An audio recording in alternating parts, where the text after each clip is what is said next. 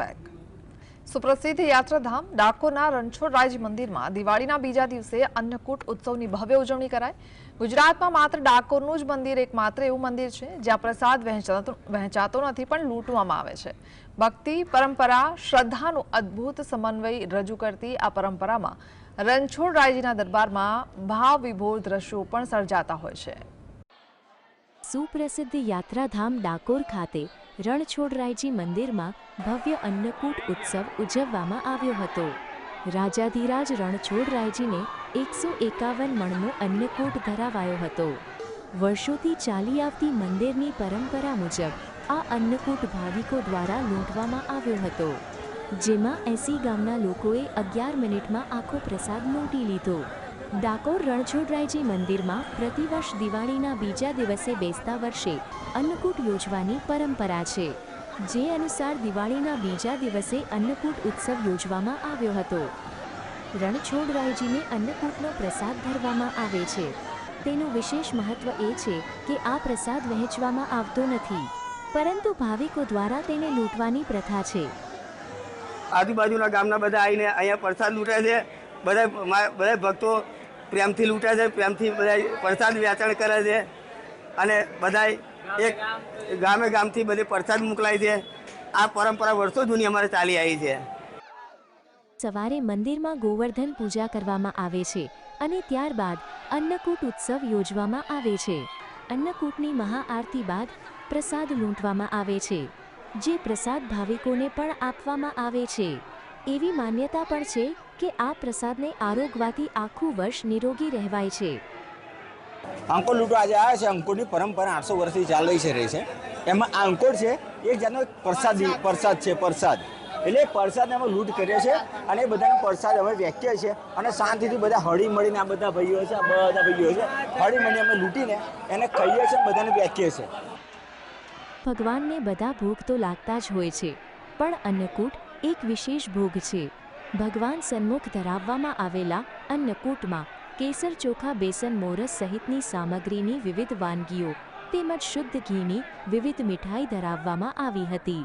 1.25 કિલોનો બુંદીનો લાડુ ટોચે પધરાવી સજાવટ કરવામાં આવે છે। તેના ઉપર ગાયનું શુદ્ધ ઘી લગાવવામાં આવે છે। ત્યારબાદ તુલસીનો હાર ચઢાવી શ્રીજી મહારાજને ભોગ ધરાવવામાં આવે છે। અન્નકૂટમાં ભાત, બુંદી સહિતની બધી જ વસ્તુઓ મૂકવામાં આવે છે। અંકોટમાં ઠાકોરજીની સન્મુખ ગિરિરાજજીની ધરાવવામાં બનાવવામાં આવે છે અને તેની અંદર બુંદી હોય છે, ભાત હોય છે અને રાજભોગની સામગ્રી હોય છે। પકવાનમાં જલેબી, બુંદી આખી અને મોહનથાળ બધું પધરાવવામાં આવે છે। ઉપર મંગળાનો લાડુ મૂકી અને એક ધજા રોપવામાં આવે છે। દિવાળીના બીજા દિવસે અન્નકૂટ ઉત્સવ ઉજવાય છે।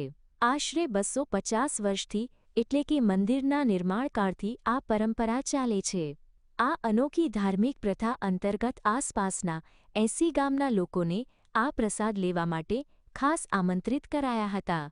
બપોરે 12 કલાકે ભગવાનને અન્નકૂટ ધરાવાય છે અને બપોરે 2 કલાકે અન્નકૂટ લૂંટવાની પરંપરા માટે મંદિરના દ્વાર ખોલાય છે, જેમાં 151 મણનો અન્નકૂટ 11 મિનિટમાં લૂંટી લેવાયો।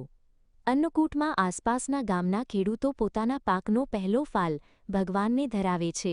આ પરંપરા ભગવાન શ્રી કૃષ્ણ દ્વારા ગોવર્ધન પર્વતને પોતાની ટચલી આંગળીએ ઊંચકવાની ઘટનાના સન્માનમાં શરૂ થઈ હતી।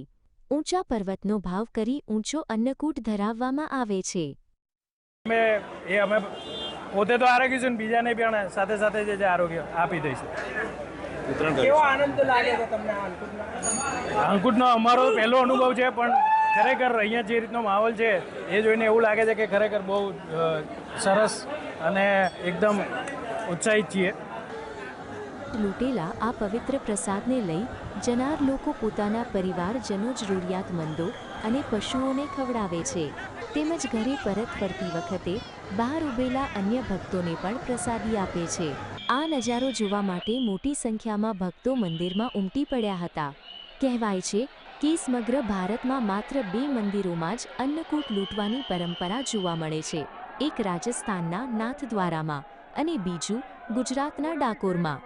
આ પ્રસંગે કોઈ અનિચ્છનીય બનાવ ન બને તે માટે એસપી અને ડીવાયએસપી સહિત પોલીસનો કાફલો ખડેપગે તૈનાત રહ્યો હતો.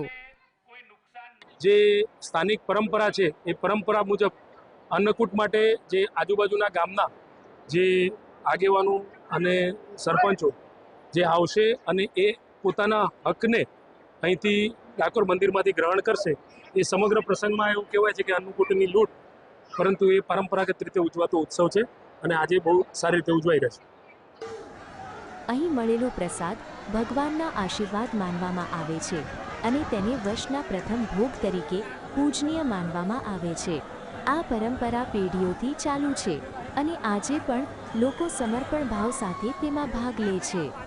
ડાકોરના રણછોડરાય મંદિરમાં અન્નકૂટ લૂંટનો આ ઉત્સવ માત્ર ધાર્મિક નહીં પરંતુ સામાજિક એકતાનો પણ જીવંત દાખલો છે.